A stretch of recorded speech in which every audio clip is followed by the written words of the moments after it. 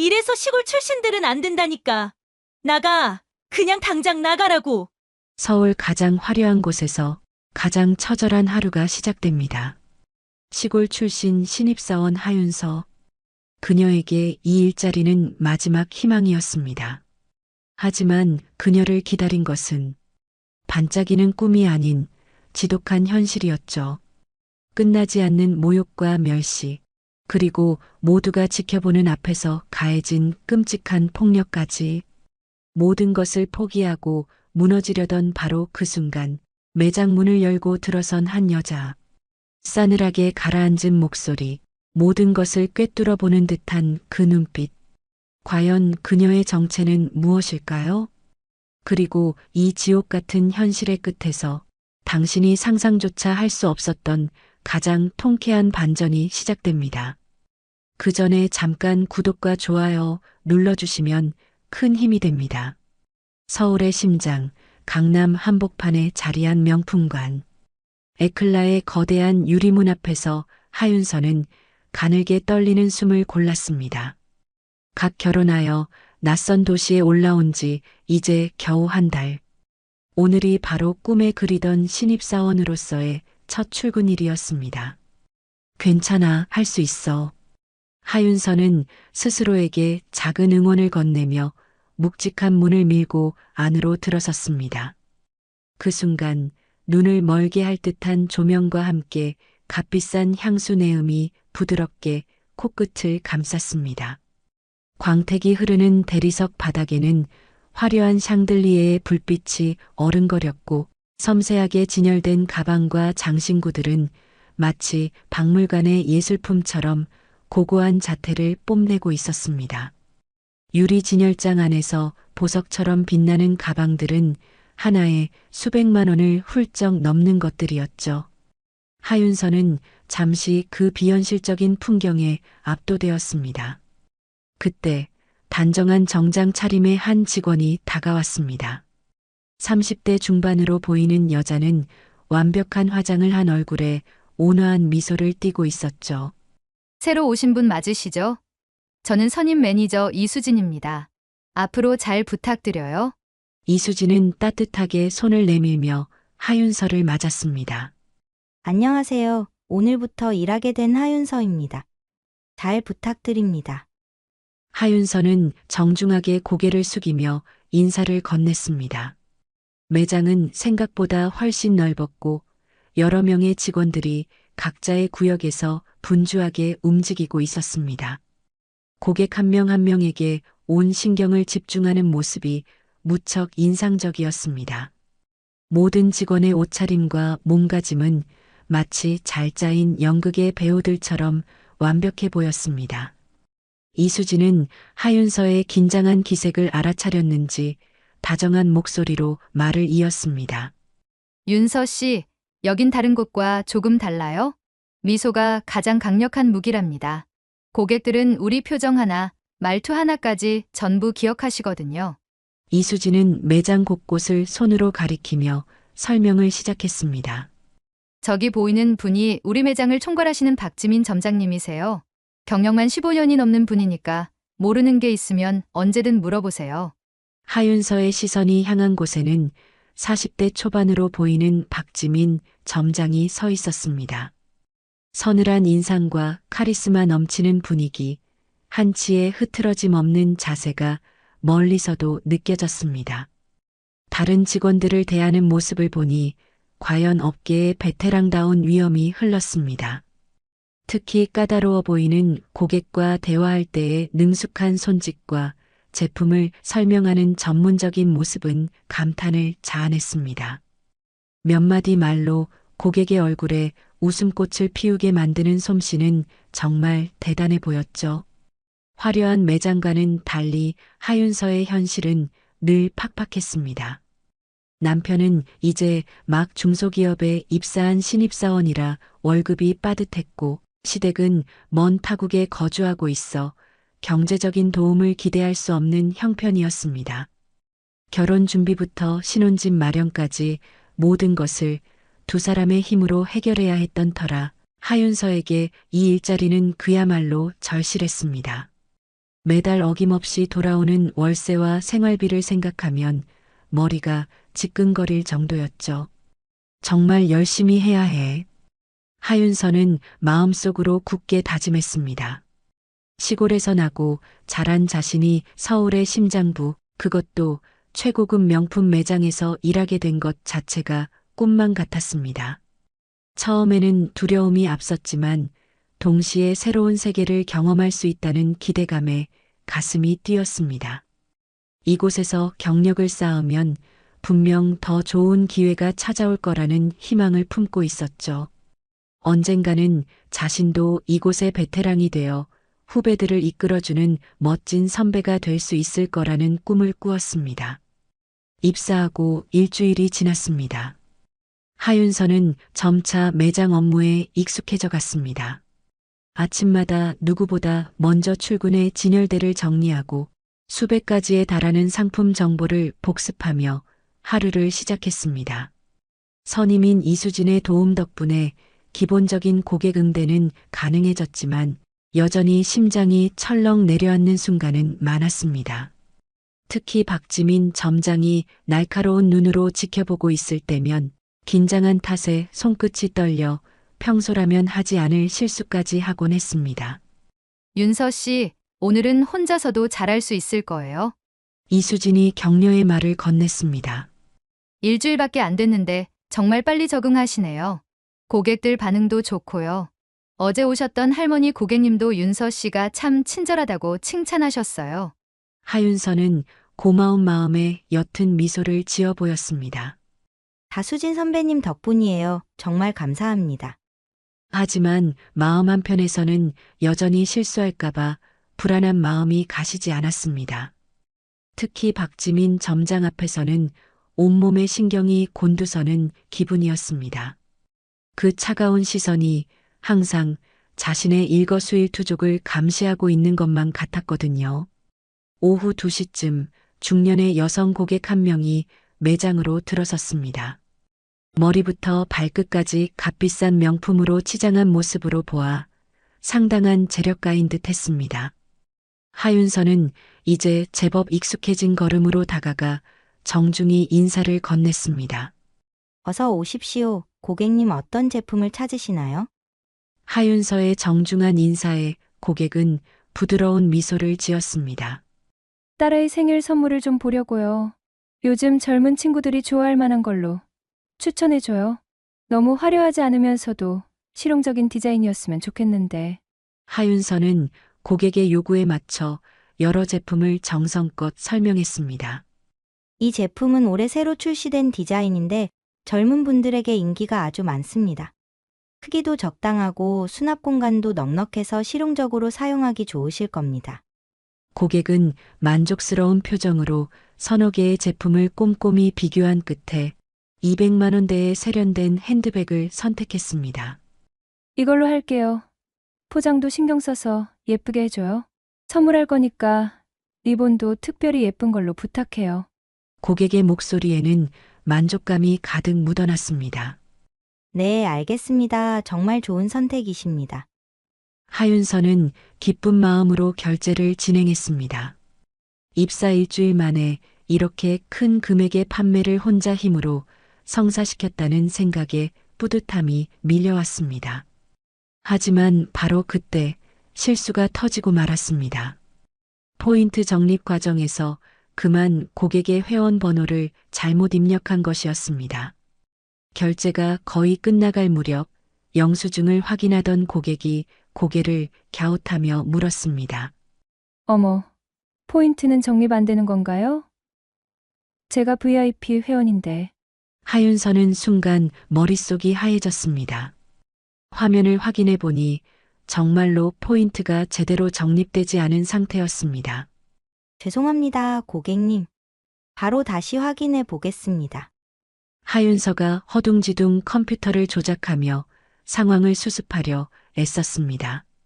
당황한 탓에 손이 부들부들 떨려 키보드를 누르는 것조차 어려웠습니다. 바로 그 순간 박지민 점장이 매서운 기세로 다가왔습니다. 상황을 한눈에 파악한 박지민의 얼굴이 싸늘하게 굳어졌습니다.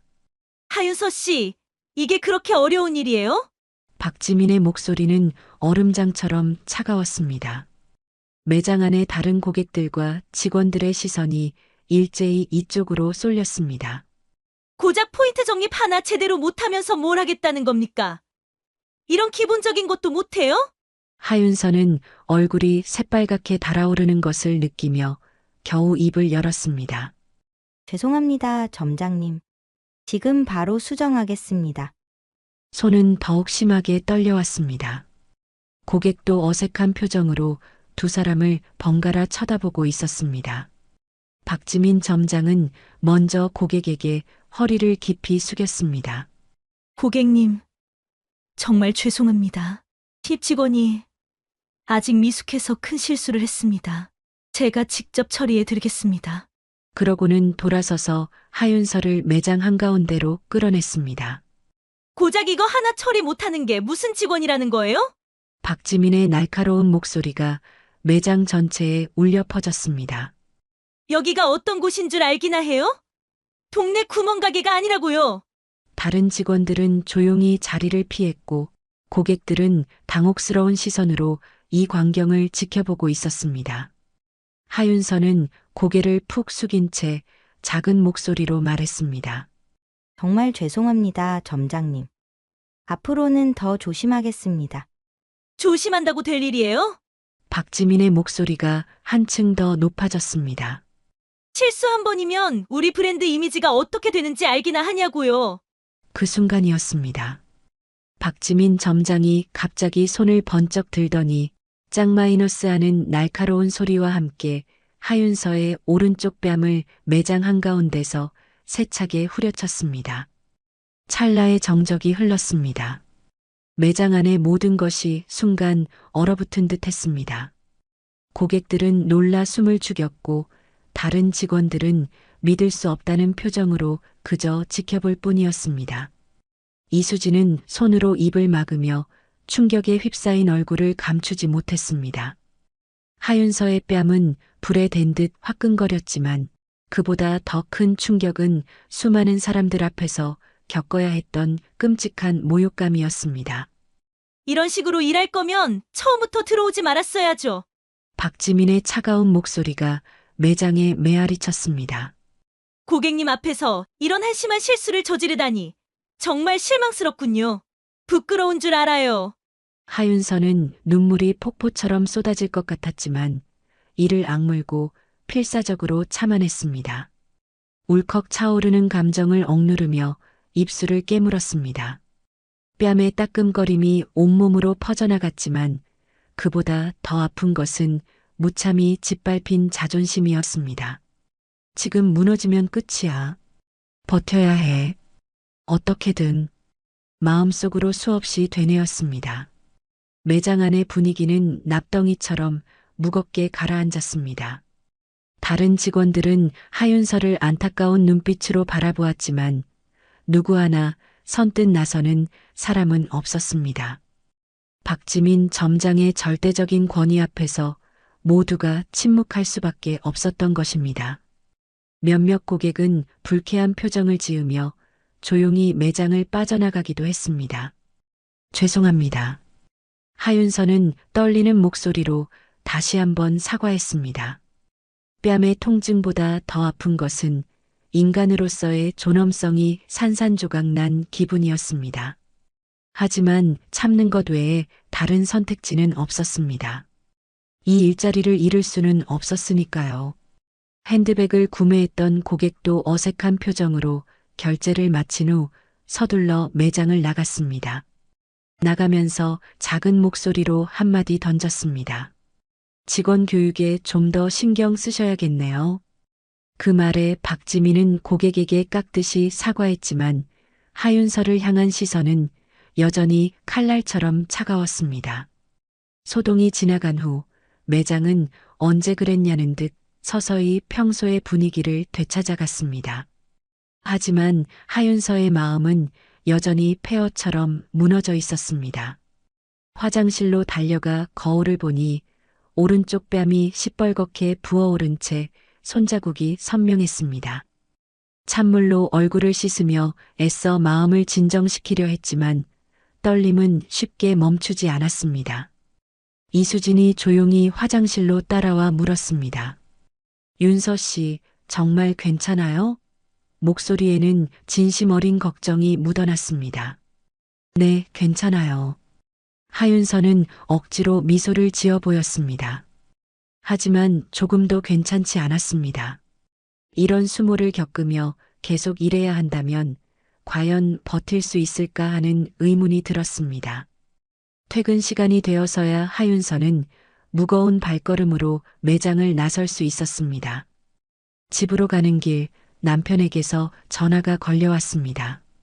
여보, 오늘 하루 어땠어? 힘들진 않았고? 응, 괜찮아. 하윤서는 오늘 있었던 끔찍한 일을 차마 입에 담을 수 없었습니다. 남편까지 걱정시키고 싶지 않았습니다. 이건 내가 감당해야 할 몫이야. 그렇게 스스로를 다독이며 어두운 밤거리를 걸었습니다. 사건이 일어난 다음 날 하윤서는 평소보다 훨씬 일찍 출근했습니다. 어젯밤 내내 뒤척이다 뜬 눈으로 밤을 새운 탓에 온몸이 천근만근 무거웠습니다. 거울 속 자신의 모습은 낯설기만 했습니다. 뺨에 붓기는 그럭저럭 가라앉았지만 마음의 상처는 여전히 쓰라렸습니다. 집을 나설 때 남편이 정말 힘들면 언제든 그만둬도 괜찮아라고 말했지만 하윤서는 고개를 저었습니다. 아직 포기할 수는 없었습니다. 매장에 들어서자마자 다른 직원들의 시선이 느껴졌습니다. 어제의 일을 모두가 똑똑히 목격했으니까요. 몇몇은 동정 어린 눈빛을 보냈고 몇몇은 어색하게 시선을 피했습니다. 이수진이 조심스럽게 다가와 물었습니다. 윤서 씨, 정말 괜찮으세요? 어제 집에 가서 많이 속상했을 텐데. 괜찮아요, 선배님. 걱정 마세요. 하윤서는 애써 밝게 웃으며 대답했지만 속으로는 여전히 어제의 그 순간이 생생하게 떠올라 숨이 막혔습니다. 공개적으로 뺨을 맞았던 그 순간의 수치심이 계속해서 마음을 짓눌렀습니다. 고객들의 당황한 표정, 동료들의 충격받은 얼굴이 머릿속을 떠나지 않고 맴돌았습니다. 오전 업무를 시작하면서 하윤서는 평소보다 더욱 조심스럽게 움직였습니다. 작은 실수 하나라도 하지 않으려고 모든 동작을 두세 번씩 확인했습니다.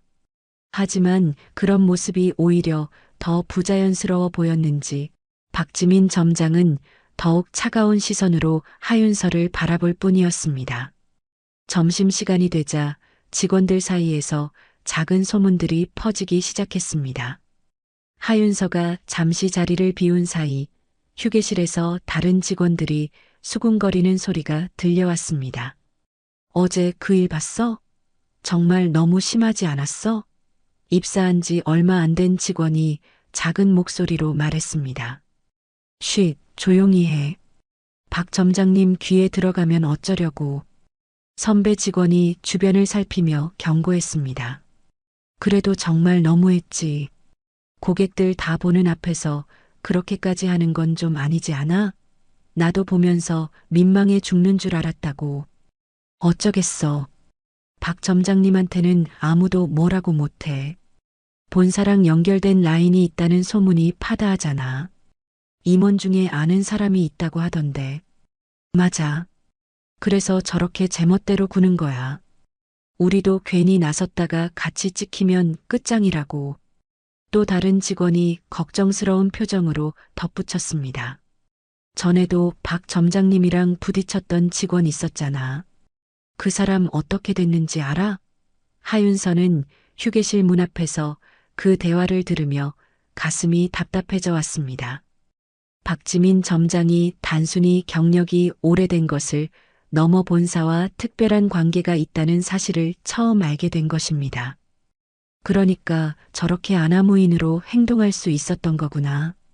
하윤서는 씁쓸한 마음을 감출 수 없었습니다. 그날 오후 박지민 점장이 하윤서를 따로 불렀습니다. 하윤서 씨, 어제 일은 잊어버려요.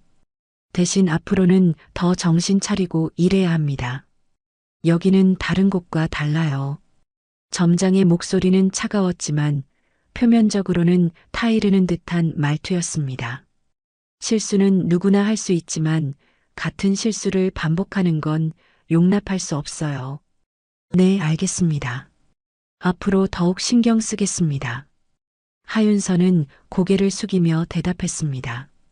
사과를 받은 것인지 경고를 받은 것인지 분간하기 어려웠지만 일단은 조용히 넘어가는 것이 최선이라고 생각했습니다. 하지만 하윤서의 불안감은 점점 커져만 갔습니다. 남편은 힘들면 그만두라고 했지만 그럴 수는 없었습니다. 집세와 생활비, 모든 것이 빠듯한 상황에서 이 일자리는 생명줄과도 같았습니다. 게다가 강남 명품 매장에서의 경력은 나중에 더 좋은 곳으로 이직할 때 분명 큰 도움이 될 터였습니다. 여기서 버텨야만 더 나은 미래를 꿈꿀 수 있어. 하윤서는 스스로를 다독이며 하루하루를 견뎌냈습니다. 며칠이 지나면서 상황은 점점 더 악화되었습니다. 박지민 점장은 유독 하윤서에게만 사사건건 트집을 잡았습니다. 다른 직원들이 같은 실수를 하면 가볍게 넘어가는 일도 하윤서가 하면 큰 문제로 삼았습니다. 마치 하윤서의 모든 행동을 감시하고 있는 것 같았습니다. 하윤서 씨, 진열대 정리 이게 다예요? 각도가 전부 엉망이잖아요. 다시 하세요. 고객 응대할 때 목소리가 너무 작아요. 더 크고 자신감 있게 말해야죠. 걸음걸이도 좀 더 품위 있게 하세요.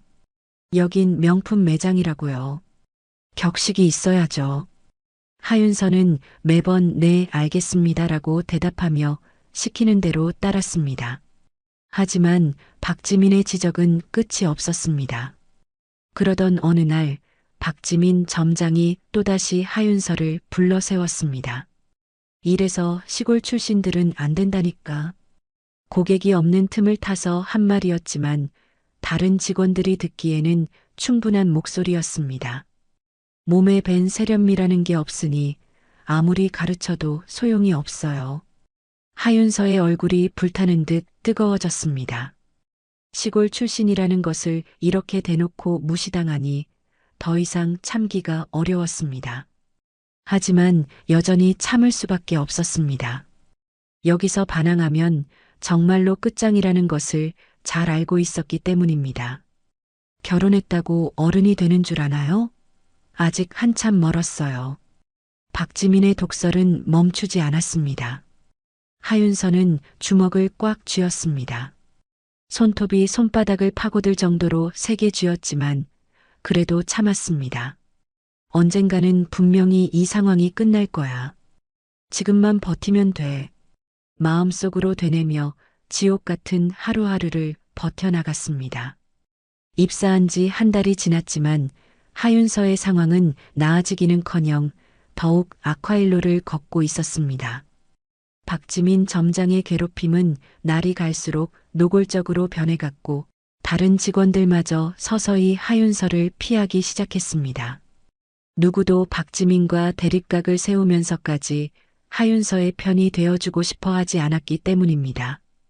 하윤서에게는 매일 출근하는 것 자체가 끔찍한 고통이었지만 그럼에도 불구하고 참고 견뎌야만 했습니다. 하윤서 씨, 또 실수했네요. 박지민이 얼음장 같은 목소리로 말했습니다. 하윤서가 고객에게 신상품을 설명하다가 출시일을 하루 착각해서 말한 것이었습니다. 바로 정정했기에 문제가 될 것이 없는 사소한 실수였지만 박지민은 그것을 놓치지 않았습니다. 죄송합니다. 다음부터는 더 조심하겠습니다. 하윤서는 고개를 숙이며 사과했습니다. 이제는 사과하는 것이 습관처럼 되어버렸습니다. 하지만 박지민의 표정은 조금도 누그러지지 않았습니다. 조심한다고 말만 하지 말고 정말로 조심해야죠. 여기 오시는 고객님들이 얼마나 까다로운 분들인 줄 알아요? 박지민의 목소리가 점점 높아졌습니다. 한번 실수하면 그 소문이 순식간에 퍼진다고요. 우리 매장 평판이 어떻게 되는 줄 알기나 합니까? 하윤서는 입술을 꽉 깨물며 참았습니다. 불과 며칠 전 이수진이 비슷한 실수를 했을 때 박지민은 웃으면서 누구나 그럴 수 있지라며 가볍게 넘어갔던 것을 똑똑히 기억하고 있었기 때문입니다. 유독 하윤서에게만 가혹한 잣대를 들이밀고 있었습니다. 그러던 중 결정적인 사건이 터지고 말았습니다. 하윤서가 단골 VIP 고객인 정 회장 부인의 특별 주문을 시스템에 입력하면서 큰 실수를 저지른 것입니다.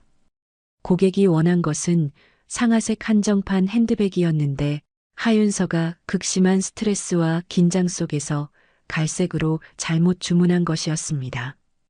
다행히 고객에게 전달되기 전에 발견되었지만 이미 본사에서 상품이 출고된 상태였고 한정판이라 교환 절차도 무척 복잡한 상황이었습니다. 하윤서 씨, 박지민의 목소리가 천둥처럼 매장 전체에 울려 퍼졌습니다. 이번엔 정말 큰일 났어요. VIP 고객 주문을 잘못 넣었다고요? 그것도 정 회장님 사모님 주문을 말이에요. 하윤서는 얼굴이 새하얗게 질렸습니다. 정 회장 부인은 매장에서 가장 중요한 고객 중 한 명이었습니다. 죄송합니다. 제가 다시 확인해서 바로 수정하겠습니다. 수정? 이미 상품이 출고된 걸 어떻게 수정한다는 말입니까? 박지민이 하윤서의 팔을 거칠게 잡아 흔들었습니다. 한정판이라 다른 색으로 바꾸는 것도 쉽지 않다고요. 이런 기본적인 것도 처리 못하는 게 사람이에요? 그 순간 박지민은 그동안 참아왔던 모든 분노를 터뜨렸습니다. 매장 중앙에서 하윤서의 머리채를 움켜쥐고 사정없이 흔들었습니다. 정말 답답해서 미치겠네. 이런 바보 같은 실수를 어떻게 할 수가 있어요? 회사에 얼마나 큰 손해를 끼쳤는지 알기나 해요? 점장님, 제발. 하윤서가 애원하듯 말했지만 박지민은 들은 척도 하지 않았습니다. 오히려 더욱 격분한 듯 목소리를 높였습니다. 나가. 그냥 당장 나가라고. 박지민이 하윤서를 거칠게 밀쳐내며 소리쳤습니다. 이런 식으로 일할 거면 여기 있을 자격 없어요. 우리 매장 망하게 하려고 작정했어요?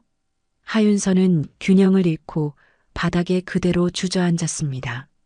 손을 뻗어 누군가에게 도움을 요청하려 했지만 그 누구도 손을 내밀어 주지 않았습니다. 모든 직원들이 고개를 돌리거나 바쁜 척 다른 일을 하고 있었습니다. 바로 그때였습니다. 매장 문이 소리 없이 열리며 한 여성이 안으로 들어왔습니다. 기품 있는 분위기의 60대 여성, 강선혜였습니다. 고급스러운 정장을 입고 품격 있는 자세로 걸어 들어오는 모습에 매장 안의 모든 사람들이 저도 모르게 시선을 돌렸습니다. 모두가 순간 숨을 죽였습니다. 특히 박지민의 얼굴이 순식간에 하얗게 질렸습니다. 본사 글로벌 전략 본부 이사님. 누군가 떨리는 목소리로 속삭였습니다. 강선의 이사는 매장 안의 어수선한 분위기를 한눈에 파악했습니다. 바닥에 주저앉아 있는 하윤서와 당황한 기색이 역력한 박지민, 그리고 어색하게 굳어 있는 다른 직원들의 모습을 보며 무슨 일이 벌어졌는지 금세 짐작할 수 있었습니다. 무슨 일입니까? 강선혜의 차가운 목소리가 매장에 울려 퍼졌습니다. 그 목소리에는 오랜 경험에서 우러나오는 권위와 위엄이 담겨 있었습니다. 매장 안의 모든 사람들이 순간 얼어붙었습니다. 박지민은 당황했지만 이내 억지 미소를 지으며 대답했습니다. 아, 별일 아닙니다. 이사님. 직원 교육 차원에서 약간의 지도가 있었습니다. 박지민의 목소리가 평소와 달리 가늘게 떨리고 있었습니다. 본사 최고위 임원 앞에서는 아무리 경력이 오래된 점장이라도 위축될 수밖에 없었습니다.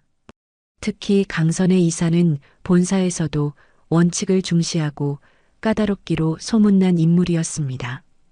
교육이라고 하기엔 좀 과한 것 같은데요. 강선애는 바닥에 앉아 있는 하윤서를 내려다보며 말했습니다. 고객들이 다 보는 앞에서 직원을 이런 식으로 대하는 것이 우리 브랜드의 교육 방침이었습니까? 매장 밖에서도 다 보였을 텐데요. 박지민은 식은땀을 흘리며 변명하기 시작했습니다.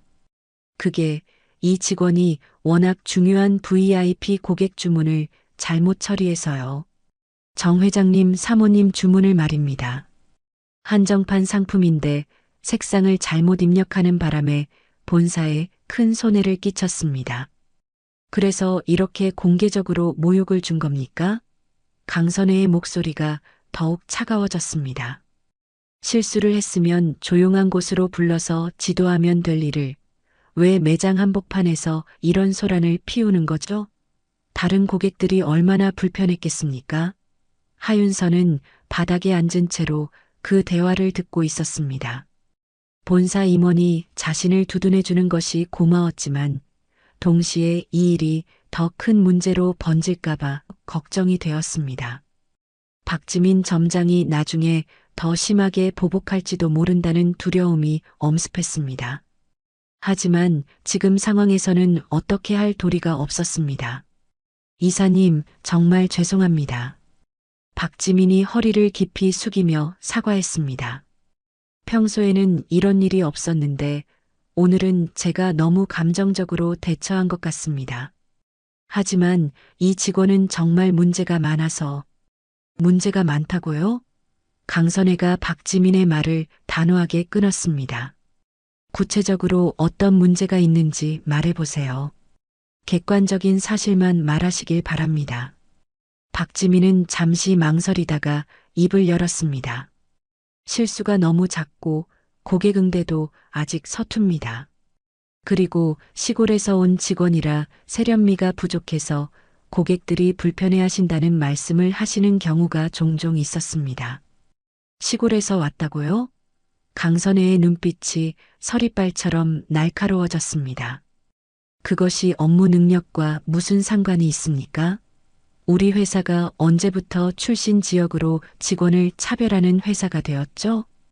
그리고 고객이 정말 그런 말을 했다면 구체적으로 누가, 언제, 어떤 말을 했는지 기록이 있습니까? 매장 안의 분위기는 더욱 무겁게 가라앉았습니다. 다른 직원들은 숨소리조차 내지 않으려고 조심스럽게 서 있었습니다. 박지민의 얼굴이 점점 창백해졌습니다. 구체적인 증거나 기록이 있을 리 만무했기 때문입니다. 그게 아니라 제 말은. 박지민이 변명하려 했지만 강선혜는 더 이상 들어주지 않았습니다. 점장님, 잠깐 저와 따로 이야기 좀 하죠. 강선혜가 박지민을 매장 한쪽 구석으로 불렀습니다. 두 사람이 작은 목소리로 대화하는 동안 하윤서는 천천히 자리에서 일어났습니다. 다리가 후들거렸지만 억지로 힘을 주어 일어섰습니다. 옷을 털고 헝클어진 머리를 정리하며 마음을 가다듬었습니다. 이제 정말 끝일지도 몰라. 하지만 적어도 누군가는 내 편이 되어주는구나. 하윤서는 불안감과 동시에 작은 위안을 느꼈습니다. 5분가량 대화가 이어진 후 강선혜가 다시 하윤서에게 다가왔습니다. 괜찮으세요? 목소리에는 진심 어린 걱정이 묻어났습니다. 박지민의 얼굴은 더욱 창백해져 있었습니다. 네, 괜찮습니다. 하윤서는 고개를 숙이며 대답했습니다. 제가 실수를 해서 점장님께 피해를 드렸습니다. 정말 죄송합니다. 실수는 누구나 할 수 있어요. 하지만 이런 방식으로 대하는 것은 결코 옳지 않습니다.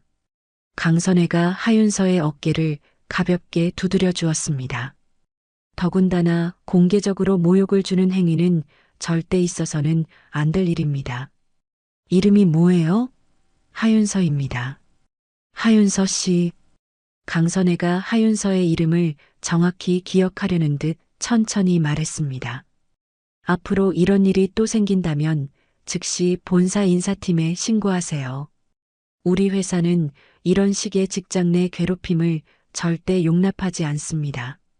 이것은 회사의 확고한 방침입니다. 하윤서는 놀란 눈으로 강선혜를 바라보았습니다. 최고위 임원이 자신 같은 말단 직원을 이렇게까지 보호해준다는 사실이 믿어지지 않았습니다. 지금까지 아무도 자신의 편이 되어주지 않았는데 이렇게 높은 분이 도와주다니요. 고맙습니다. 정말 감사합니다. 하윤서는 진심으로 고개를 숙였습니다. 눈물이 날 것 같았지만 꾹 참았습니다. 강선의 이사가 매장을 떠난 후에도 어수선한 분위기는 쉽게 가라앉지 않았습니다. 직원들은 서로 눈치만 살피며 조심스럽게 업무를 재개했고 박지민 점장은 사무실에서 나오지 않았습니다. 하윤서는 마음을 가다듬고 평소처럼 일하려 노력했지만 손의 떨림은 멈추지 않았습니다.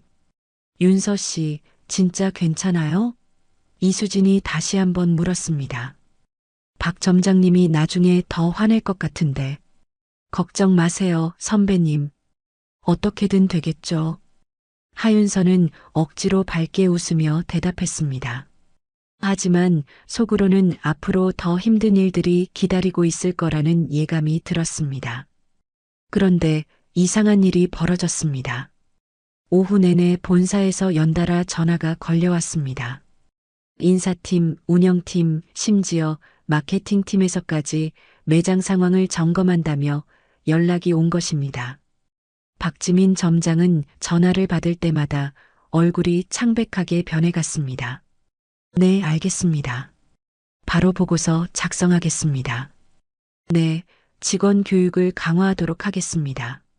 박지민의 목소리에서는 평소의 자신감을 찾아볼 수 없었습니다. 퇴근 시간이 되자 박지민이 사무실에서 나와 직원들을 불러 모았습니다. 여러분, 오늘 일은 제가 너무 감정적으로 대처했습니다. 앞으로는 이런 일이 없도록 하겠습니다. 모든 직원들이 놀란 표정을 지었습니다. 박지민이 공개적으로 사과하는 모습을 본 것은 처음이었기 때문입니다. 특히 하윤서를 향해 하윤서 씨 미안했습니다라고 말할 때는 매장 전체가 숨을 죽였습니다. 하윤서는 어떻게 반응해야 할지 몰라 당황했습니다. 아, 네. 알겠습니다. 짧게 대답하는 것이 전부였습니다. 집으로 돌아가는 길 하윤서는 계속 생각에 잠겼습니다. 오늘 만난 그 이사님은 왜 나를 그렇게까지 도와주셨을까?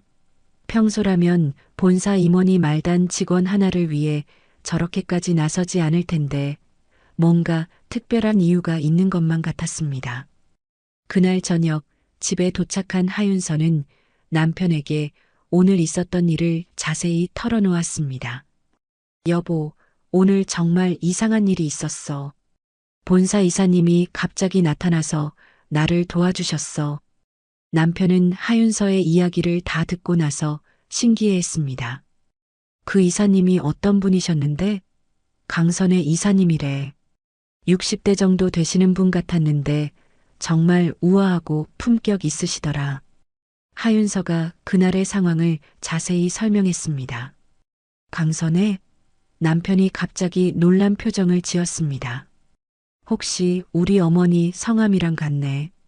하윤서도 깜짝 놀랐습니다. 정말? 근데 시어머님은 해외에 계시잖아. 맞아. 어머니는 지금 유럽 지사에서 일하고 계시니까. 남편이 잠시 생각에 잠겼습니다. 그런데 어머니가 정확히 어떤 일을 하시는지는 자세히 말씀 안 하셨거든. 그냥 회사 일로 해외에 계신다고만 하셔서 두 사람은 잠시 서로를 말없이 바라보았습니다. 설마 하는 생각이 들었지만 너무나 황당한 상상 같았습니다. 에이, 설마. 그런 우연이 어디 있겠어. 하윤서가 웃으며 말했습니다. 같은 이름을 가진 사람이 많잖아. 하지만 마음 한구석에서는 계속 의문이 피어올랐습니다.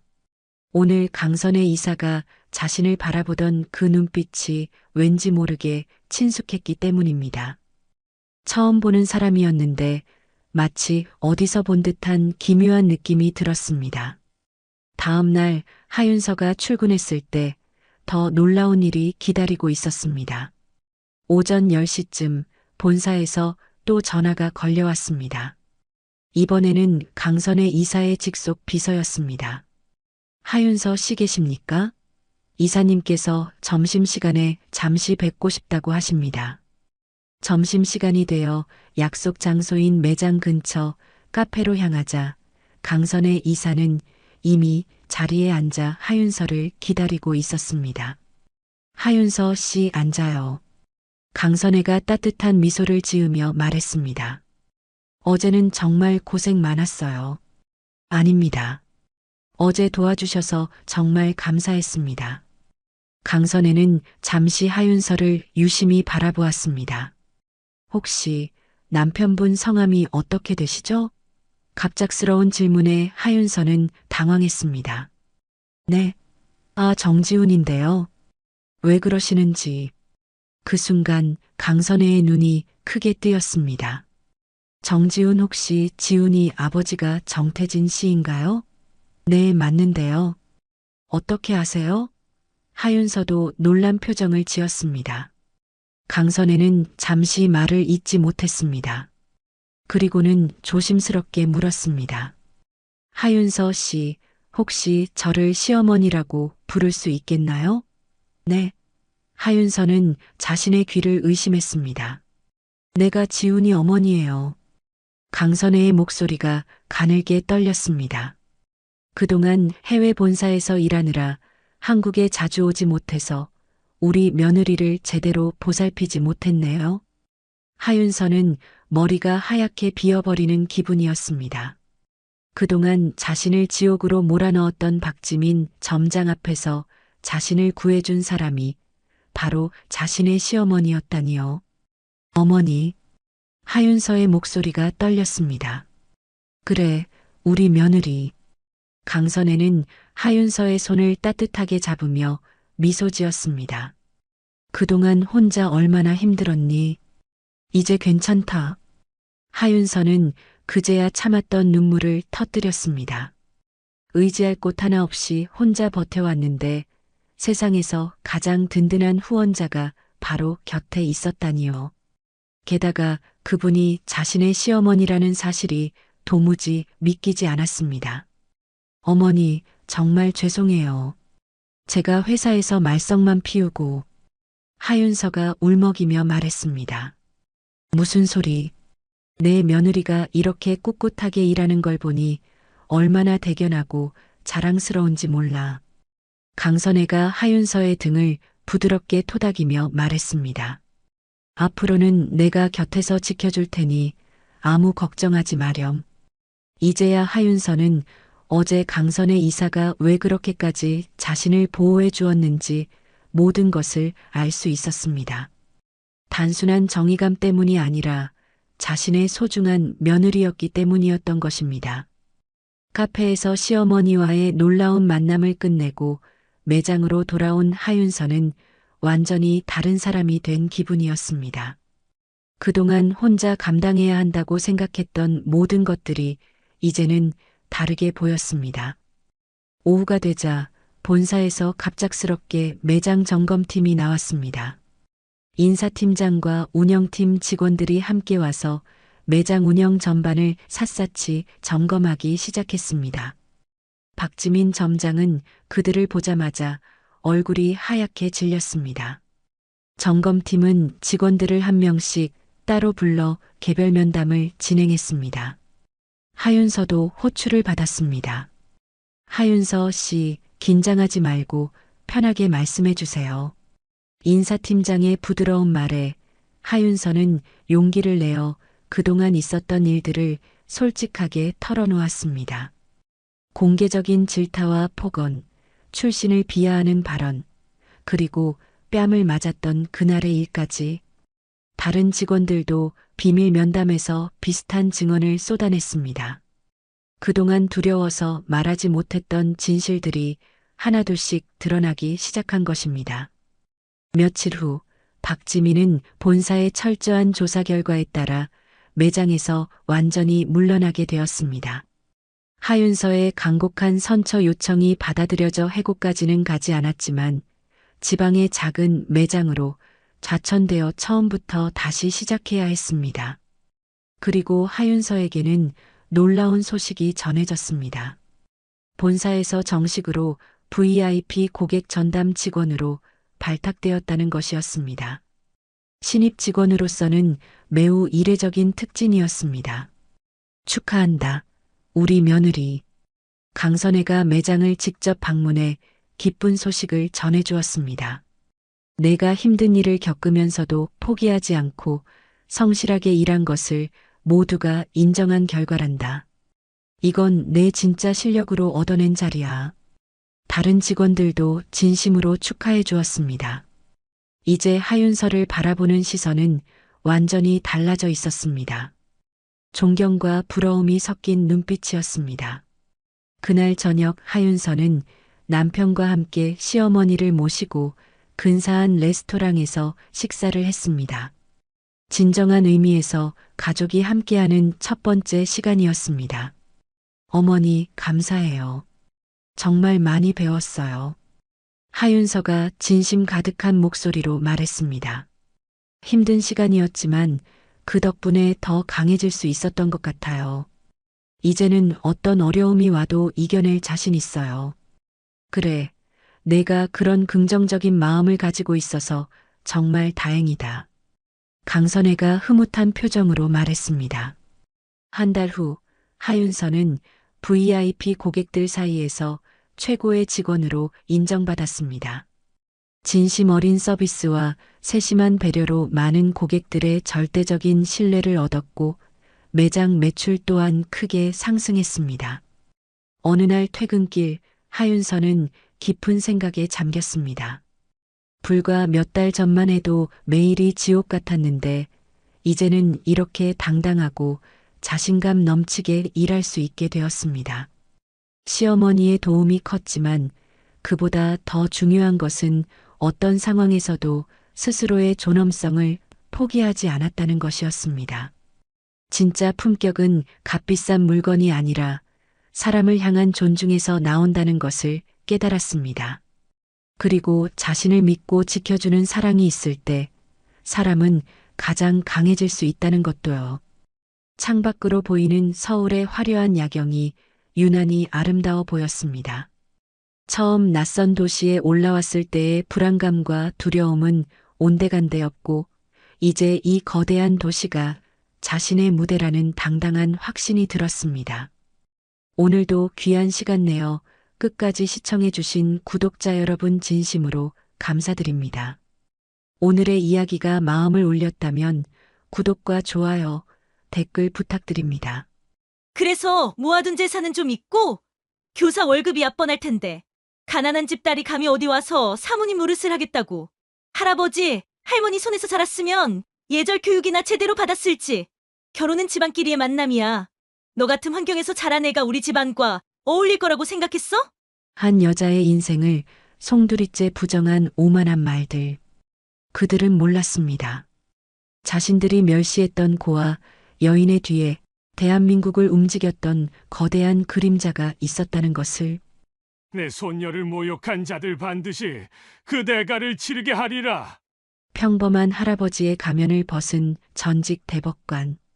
그의 전화 한 통에 철옹성 같던 부와 권력은 모래성처럼 무너져 내리기 시작합니다. 하지만 이것은 단순한 복수가 아니었습니다. 22년간 묻혀있던 끔찍한 진실이 마침내 그 모습을 드러냅니다. 22년 전 부실공사로 사망한 부부 그 외동딸이 바로 이서아 양입니다. 인연인 줄 알았던 만남이 실은 악연의 골이었다는 사실. 이제 정의의 이름으로 가장 차가운 심판이 시작됩니다. 과연 이 지독한 운명의 끝에서 그들은 무엇을 마주하게 될까요? 오늘의 이야기 시작합니다. 그 전에 잠깐 구독과 좋아요 눌러주시면 큰 힘이 됩니다. 27, 초등학교 교사 이서아에게 오늘은 인생에서 가장 떨리는 날이었습니다. 3년을 만난 남자친구 강지훈의 부모님을 처음 뵙는 상견례 자리. 서아는 할머니께서 좋은 날 꼭 하라며 물려주신 낡은 진주 목걸이를 매만지며 마른 침을 삼켰습니다. 곁에 앉은 지훈이 괜찮다며 손을 잡아주었지만 불안감은 쉬이 가시지 않았습니다. 잠시 후 레스토랑 문이 열리고 지훈의 부모님이 들어섰습니다. 어머니 윤혜정은 머리부터 발끝까지 값비싼 명품으로 치장한 모습이었고 아버지 강동철은 다부진 체격에 위압적인 인상을 풍겼습니다. 서아가 정중하게 허리를 숙여 인사했지만 윤혜정은 차가운 눈으로 서아를 위아래로 훑어볼 뿐이었습니다. 어색한 침묵을 깨고 윤혜정이 입을 열었습니다. 부모님은 무슨 일 하신다 그랬죠? 서아는 애써 미소를 지으며 대답했습니다. 5살 때 사고로 돌아가셔서 할아버지 할머니 손에 자랐습니다. 그 말에 윤혜정의 표정이 미묘하게 변했습니다. 지훈이 서아의 교육에 대한 열정을 칭찬하며 분위기를 바꿔보려 했지만 윤혜정은 관심 없다는 듯 말을 잘랐습니다. 그래서 모아둔 재산은 좀 있고 교사 월급이야 뻔할 텐데 노골적인 무시였습니다. 우리 지훈이가 더 좋은 집안 딸을 만났어야 했는데 가난한 집 딸이 어디 와서 사모님 노릇을 하겠다고. 윤혜정의 목소리는 얼음장처럼 차가웠습니다. 할아버지, 할머니 손에서 자랐으면 예절 교육이나 제대로 받았을지 모르겠네. 품격이라는 건 하루아침에 만들어지는 게 아니거든요. 주변 테이블의 시선까지 느껴지기 시작했습니다. 서아의 얼굴이 창백하게 질렸습니다. 눈에 눈물이 핑 돌았지만 이내 분노와 자존심이 그 자리를 대신했습니다. 저를 모욕하시는 건 참을 수 있습니다. 하지만 제 할아버지와 할머니를 모욕하시는 건 용납할 수 없습니다. 윤혜정은 코웃음을 쳤습니다. 결혼은 집안끼리의 만남이야. 너 같은 환경에서 자란 애가 우리 집안과 어울릴 거라고 생각했어? 옆에 있던 강동철도 고개를 끄덕이며 동조했습니다. 그 순간 서아는 자리를 박차고 일어났습니다. 지훈이 붙잡았지만 서아는 그 손을 뿌리치고 레스토랑을 뛰쳐나왔습니다. 집으로 돌아오는 내내 서아는 생각했습니다. 내가 부족한 걸까? 할아버지 할머니의 사랑만으로는 안 되는 걸까?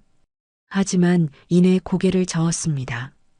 세상에서 가장 훌륭한 분들, 그분들의 사랑을 의심하고 싶지 않았습니다. 집에 도착한 서아는 할아버지 이정우와 할머니 박선자의 품에 안겨 상견례에서 있었던 일을 털어놓으며 엉엉 울었습니다. 할머니는 손녀를 다독였지만 곁에 있던 할아버지의 표정은 서서히 차갑게 굳어가고 있었습니다. 온화했던 눈빛은 서늘한 단호함으로 변해 있었습니다. 내 손녀를 모욕한 자들, 반드시 그 대가를 치르게 하리라. 서아가 잠든 깊은 밤, 이정우는 서재의 낡은 책장 뒤에 숨겨진 금고를 열었습니다. 아내 박선자조차 처음 보는 공간이었습니다. 금고 안에는 먼지 쌓인 상자들이 가득했습니다.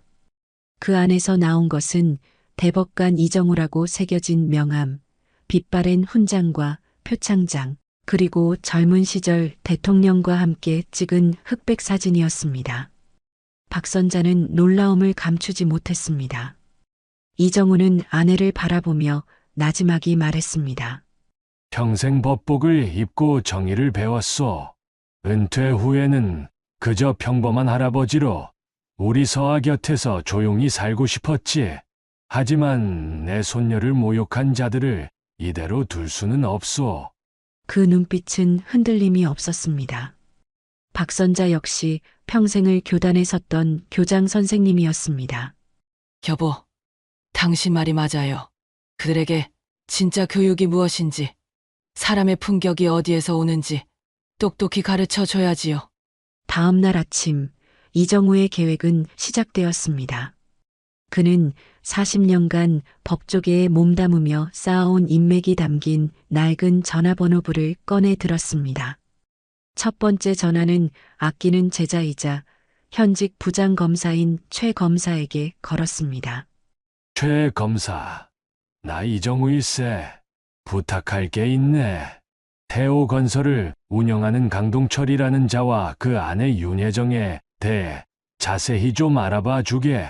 가능한 한 빨리. 그리고 조용히. 두 번째 전화는 금융권의 오랜 후배에게 향했습니다.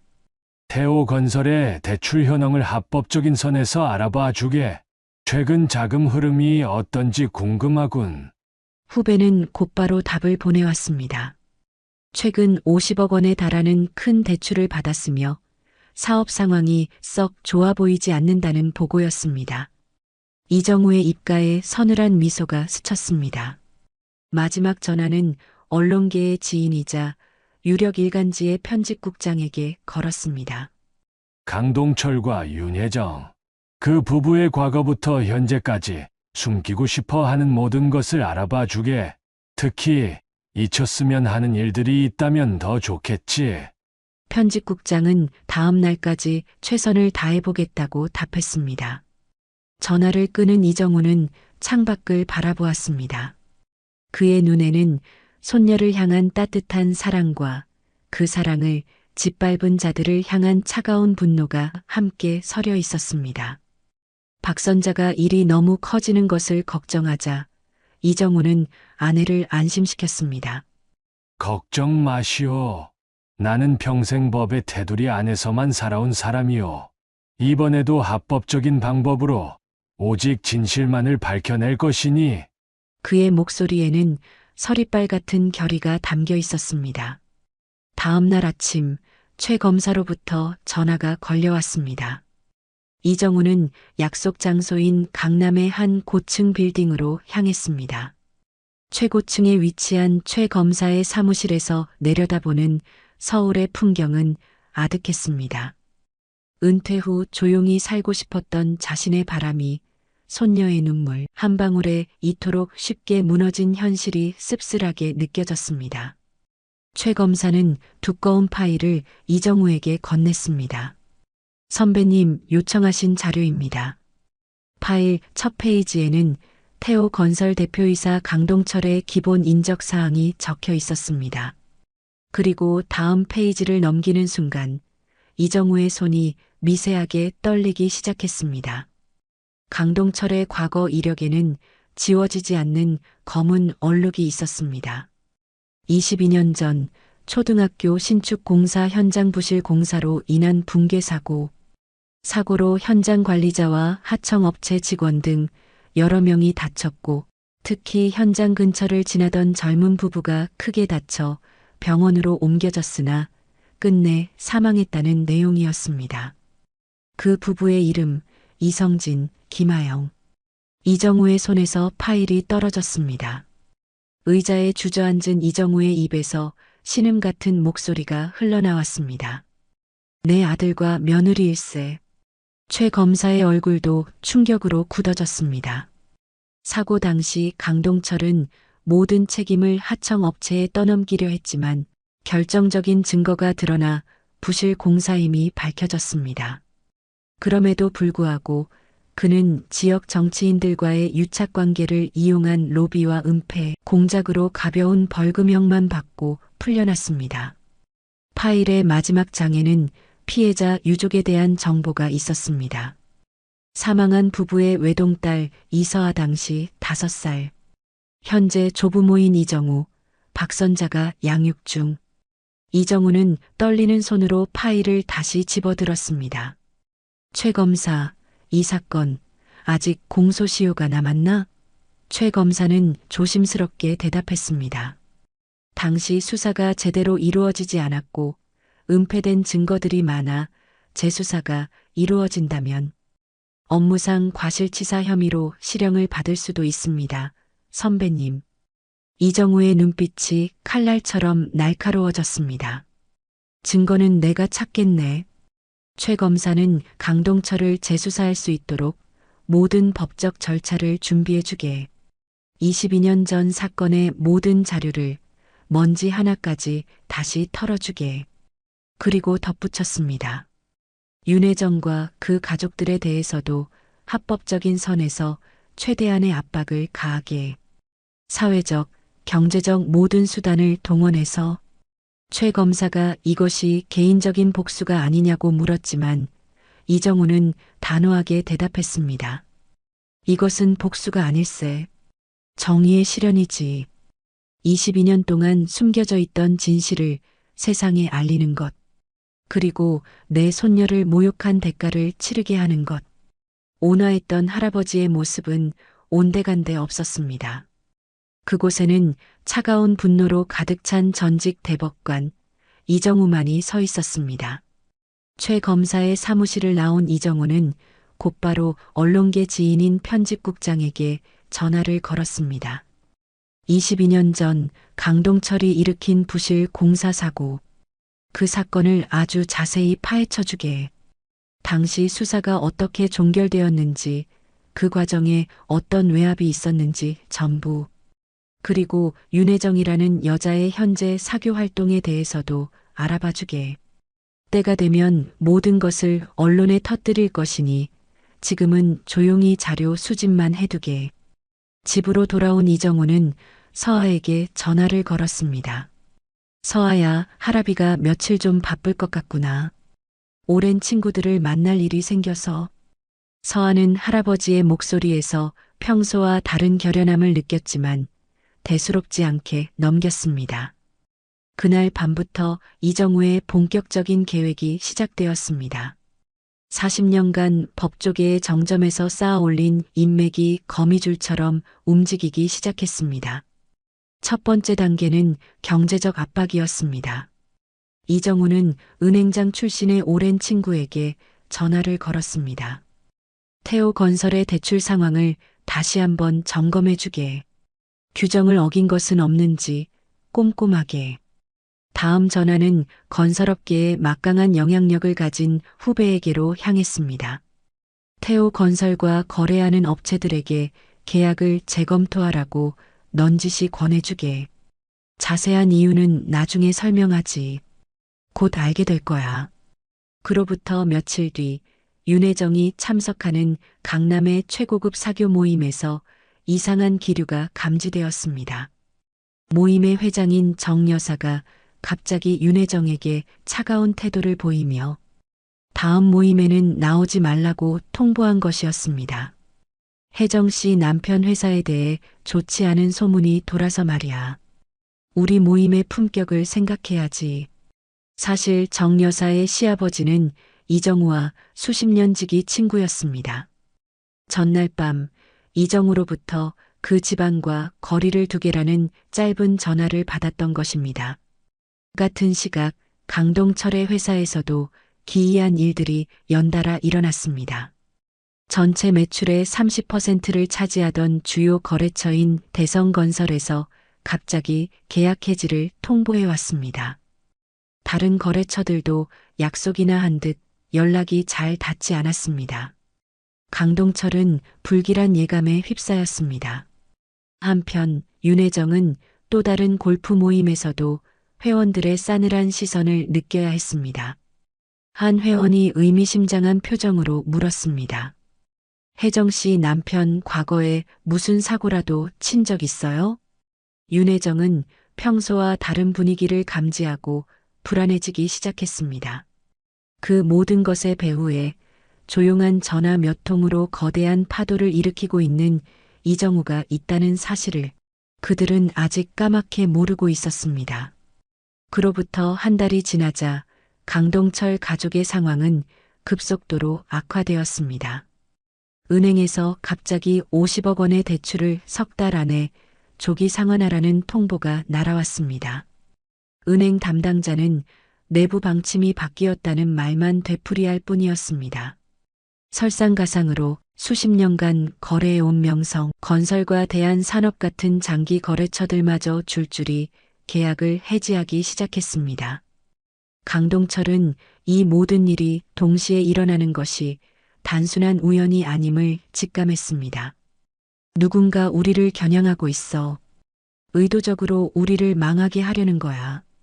윤혜정의 사교계 생활도 완전히 끝장났습니다. 마지막으로 찾아간 모임에서 회장인 정 여사는 윤혜정에게 직설적으로 말했습니다. 혜정 씨 남편 회사, 과거에 사람 죽는 사고를 낸 적이 있다면서? 그런 흉흉한 소문이 도는 사람과 더는 엮이고 싶지 않네. 윤혜정은 22년 전 사고는 이미 다 해결된 문제라고 항변했지만 정 여사는 단호했습니다. 집으로 돌아온 윤혜정은 남편에게 22년 전 사고 이야기가 돌고 있다고 전했습니다. 강동철은 누군가가 의도적으로 과거를 퍼뜨리고 있다고 확신했습니다. 그때 아들 강지훈이 조심스럽게 입을 열었습니다. 아버지, 혹시 서아랑 관련 있는 거 아닐까요? 윤혜정은 코웃음을 쳤습니다. 그깟 고아 계집애가 뭘 할 수 있다고. 하지만 마음 한편에서는 불안감이 싹트기 시작했습니다. 모든 불행이 그 상견례 이후에 시작되었다는 사실이 단순한 우연의 일치라고 하기에는 타이밍이 너무나도 절묘했습니다. 다음 날 강동철의 회사에 국세청 직원들이 들이닥쳤습니다. 익명의 제보로 탈세 의혹이 있다는 것이 이유였습니다. 강동철은 결백을 주장했지만 소용없었습니다. 이제 강동철은 누군가가 자신들을 파멸시키기 위해 치밀한 계획을 세웠다는 것을 확신했습니다. 그날 저녁 긴급 가족회의가 열렸습니다. 강지훈이 다시 한번 서아와의 관련성을 제기하자 강동철은 그제야 심각하게 받아들이기 시작했습니다. 그의 할아버지가 어떤 사람인지 당장 알아봐. 강지훈은 서아에게 직접 연락해서 물어볼까 했지만 강동철은 확실한 증거도 없이 섣불리 움직이면 안 된다며 말렸습니다. 한편 이 모든 폭풍의 중심에 있는 서아는 여전히 아무것도 모른 채 평소처럼 학교에서 아이들을 가르치고 할아버지, 할머니와 저녁 식사를 함께 했습니다. 할아버지의 외출이 잦아진 것을 이상하게 여겼지만 그저 옛 친구들을 만나는 것이려니 하고 넘겼습니다.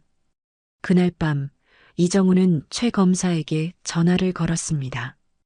강동철 쪽이 상당히 당황하고 있는 것 같네. 이제 다음 단계로 넘어갈 때가 됐어. 재수사를 시작하게. 전화를 끄는 이정우는 창밖의 어둠을 바라보며 나지막이 을조렸습니다. 이제 정말 마지막 단계만 남았군. 결정적인 날의 아침이 밝았습니다. 강동철의 집 초인종이 울렸고 문을 열자 검찰 수사관들이 들이닥쳤습니다. 그들은 22년 전 이성진, 김하영 부부 사망 사건과 관련하여 재수사를 시작하게 되었다며 강동철에게 동행을 요구했습니다. 강동철과 윤혜정은 동시에 얼어붙었습니다. 윤혜정은 다급하게 아들 강지훈에게 전화를 걸어 아버지가 검찰에 끌려갔다고 알렸습니다. 수화기 너머로 지훈의 충격받은 목소리가 들려왔습니다. 어머니, 혹시 22년 전 피해자 부부의 딸 이름이 이서아 아니었나요? 그 순간 윤혜정은 숨을 쉴 수가 없었습니다. 검찰청 조사실. 강동철은 담당 검사로부터 충격적인 사실을 듣게 되었습니다. 피해자 유족은 이서아와 그 조부 이정우 씨이며 그 이정우가 바로 전직 대법관이라는 것을. 강동철의 눈앞이 캄캄해졌습니다. 같은 시각 집에서 아들과 함께 상황을 정리하던 윤혜정은 자신이 그토록 모욕했던 서아가 자신들이 죽게 만든 부부의 딸이었다는 사실에 엄청난 충격을 받았습니다. 그리고 서아의 할아버지가 전직 대법관이었다는 사실을 알게 되자 지금까지 일어난 모든 불행의 조각들이 하나로 맞춰졌습니다. 그 할아버지가 자신들을 파멸시키기 위해 이 모든 일을 꾸몄다는 것을. 그때부터 언론사 기자들의 전화가 빗발치기 시작했습니다. 22년 전 부실 공사 사건에 대한 입장을 묻는 전화였습니다. 윤혜정은 패닉 상태에 빠졌고 강지훈도 모든 것이 끝났음을 직감했습니다. 그날 저녁 9시 뉴스 헤드라인은 강동철의 이야기로 도배되었습니다. 태오 건설 강동철 대표, 22년 전 부실 공사로 인한 부부 사망 사건 재수사 착수. 피해자 유족, 알고 보니 한국진 전 대법관의 손녀. 뉴스를 보던 윤혜정은 완전히 무너져 내렸습니다. 자신이 얼마나 어리석고 오만했는지 대한민국 사법부의 정점에 있던 사람의 손녀를 가난하다고 무시하고 짓밟았다는 사실에 절망했습니다. 다음 날 아침 초췌한 모습으로 집에 돌아온 강동철은 가족들에게 말했습니다. 재수사가 본격적으로 시작됐어. 업무상 과실치사 혐의로 기소될 거고 실형을 피하기는 어려울 것 같네. 22년 전에 은폐했던 증거들이 모두 드러났어. 회사는 완전히 망했고 모든 거래처가 계약을 해지했으며 은행에서는 즉시 상환을 요구하고 있었습니다. 윤혜정은 모든 빚을 갚으려면 이 집까지 팔아야 할 것이라고 덧붙였습니다. 강동철은 떨리는 목소리로 말했습니다. 피해자 유족에게 22년 늦었지만 사죄해야지. 그리고 법정에서 모든 것을 인정하고 죗값을 받겠네. 윤혜정도 눈물을 흘리며 고개를 끄덕였습니다. 나도 서아에게 사과해야 해요. 내가 얼마나 끔찍한 잘못을 저질렀는지 이제야 알았어요. 강지훈의 마음은 복잡했습니다. 사랑했던 서아와의 관계가 이제 어떻게 될지 감히 상상조차 할 수 없었습니다. 강동철은 그런 아들에게 말했습니다. 너는 우리와 다른 길을 가야 한다. 이 모든 일에서 벗어나 새로운 삶을 살아라. 그날 밤 윤혜정은 서아에게 몇 번이나 전화를 걸 생각을 했지만 차마 통화 버튼을 누를 용기가 나지 않았습니다. 결국 떨리는 손으로 사죄의 문자를 보냈습니다. 서아 양, 나 윤혜정입니다. 정말 미안합니다. 한 번만 만나서 사죄할 기회를 주시겠어요? 문자를 받은 서아는 할아버지에게 달려갔습니다. 할아버지, 이게 다 무슨 일이에요? 이정우는 잠시 망설이다가 이제 모든 것을 말해줄 때가 된 것 같다고 생각했습니다. 그는 자신이 이 모든 일을 시작했으며 강동철이 서아의 부모님과 깊은 관련이 있다는 사실을 털어놓았습니다. 할아버지로부터 모든 진실을 전해 들은 서아는 며칠 후 윤혜정과 조용한 카페에서 만나기로 했습니다. 약속 장소에 나타난 윤혜정은 예전에 화려했던 모습은 온데간데 없이 초라하고 지친 모습이었습니다. 윤혜정은 서아를 보자마자 깊이 고개를 숙였습니다. 서아 양, 정말 미안합니다. 내가 얼마나 무지하고 오만했는지 이제야 깨달았습니다. 22년 전 서아 양의 부모님을 그렇게 보내고도 제대로 된 사과 한 번 하지 않았습니다. 그런 주제에 서아 양을 모욕했으니 나는 용서받을 자격이 없습니다. 서아의 눈에 잠시 눈물이 맺혔지만 이내 감정을 가라앉혔습니다. 그때 카페 문이 열리고 강지훈이 들어왔습니다. 지훈은 서아 앞에 서서 진심으로 후회하는 표정을 지었습니다. 서아야, 미안해. 어머니만큼이나 나도 잘못했어. 너의 진짜 가치를 알아보지 못했어. 서아는 쓸쓸하게 물었습니다. 솔직히 말해줘. 그때 당신도 어머니 말이 틀리지 않다고 생각했지? 지훈은 고개를 숙였습니다. 그때는 어리석었어. 어머니의 영향을 많이 받았고 진짜 좋은 사람이 무엇인지 몰랐어. 서아는 희미하게 웃으며 말했습니다. 덕분에 이제는 알게 됐네요. 진짜 중요한 게 무엇인지. 지훈이 간절하게 다시 시작할 수 없겠냐고 물었지만 서아는 단호하게 고개를 저었습니다. 너무 늦었어요. 만약 이 모든 일이 없었다면 당신은 계속 어머니의 말에 흔들렸을 거예요. 우리는 애초에 가치관이 달랐던 거예요. 서아는 자리에서 일어나 윤혜정에게 말했습니다. 진심으로 반성하신다면 아버님과 함께 죗값을 치르세요. 그리고 앞으로는 사람을 겉모습으로 판단하지 마세요. 카페를 나가려던 서아는 잠시 멈춰서서 마지막 말을 남겼습니다. 할아버지가 하신 일은 단순한 복수가 아니에요. 정의였습니다. 22년 동안 숨겨져 있던 진실을 세상에 드러내고 저희를 모욕한 대가를 치르게 하신 겁니다. 부디 남은 생은 진심으로 반성하며 사시길 바랍니다. 한 달 후 모든 것이 정리되었습니다. 강동철은 1심에서 업무상 과실치사 혐의로 징역 3년을 선고받았고 22년 전 사건의 진실은 세상에 모두 밝혀졌습니다. 윤혜정 역시 사건 은닉에 가담한 혐의로 벌금형을 받았습니다. 태호건설은 완전히 파산했고 강동철 가족은 모든 재산을 잃었습니다. 강남의 큰 집도 경매에 넘어갔습니다. 윤혜정은 작은 원룸으로 이사하고 값비싼 옷들을 처분했지만 마음은 예전보다 편안해졌습니다. 비로소 자신이 얼마나 헛된 허영에 빠져 살았는지 깨달았기 때문입니다.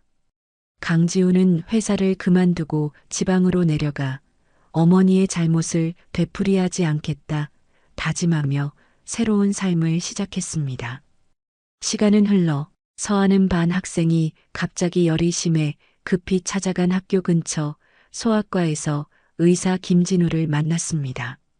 아이를 걱정하며 안절부절 못하는 서아의 진심 어린 모습과 아이를 따뜻하게 진료하는 진우의 모습은 서로에게 깊은 인상을 남겼습니다. 진우는 서아의 집안이나 배경에는 관심이 없었고 오직 서아라는 사람 그 자체를 좋아해 주었습니다. 서아 역시 진우의 따뜻하고 진실한 마음에 끌렸습니다. 1년 뒤 서아와 진우의 결혼식이 열렸습니다. 결혼식은 화려하지 않았지만 따뜻한 온기로 가득했습니다. 주례는 할아버지 이정우가 직접 맡았습니다. 참된 사랑은 조건이나 배경이 아닌 마음으로 하는 것입니다. 진정한 품격은 부나 지위가 아닌 타인을 존중하고 배려하는 마음에서 나옵니다. 할아버지의 주례사는 두 사람뿐만 아니라 하객들의 마음에도 깊은 울림을 남겼습니다. 한편 윤혜정은 작은 원룸에서 과거 알고 지내던 지인을 통해 우연히 서아의 결혼 소식을 접했습니다. 복잡한 마음이었지만 진심으로 서아의 행복을 빌어주었습니다. 요즘 윤혜정은 지역 봉사센터에서 어려운 이웃을 도우며 올바른 가치가 무엇인지 몸으로 배워가고 있었습니다. 강지훈도 지방에서 소식을 듣고 서아에게 축하 문자를 보냈습니다. 서로에 대한 미움은 이제 남아있지 않았습니다. 5년이 지난 어느 날 이정우는 손녀 서아에게 말했습니다. 서아야, 돈이나 재산이 아닌 사람을 보는 눈, 진짜 좋은 사람과 그렇지 않은 사람을 구별하는 지혜, 그리고 정의가 무엇인지 아는 마음. 그것이 내가 너에게 줄 수 있는 가장 큰 유산이다. 서아는 할아버지의 유산을 잘 간직하고 자신의 아이에게도 물려주겠다고 약속했습니다. 이정우는 만족스러운 미소를 지었습니다. 사람의 진짜 가치는 태어난 환경이나 가진 재산이 아니라 다른 사람을 어떻게 대하느냐에 있다는 것. 그리고 참된 사랑은 조건 없이 마음으로 하는 것이라는 진리를 그의 가족은 대를 이어 지켜나갈 것이었습니다. 그것이 바로 전직 대법관 이정우가 평생을 통해 지켜온 신념이자 세상에 남기고 싶은 마지막 메시지였습니다. 오늘도 귀한 시간 내어 끝까지 시청해 주신 구독자 여러분 진심으로 감사드립니다.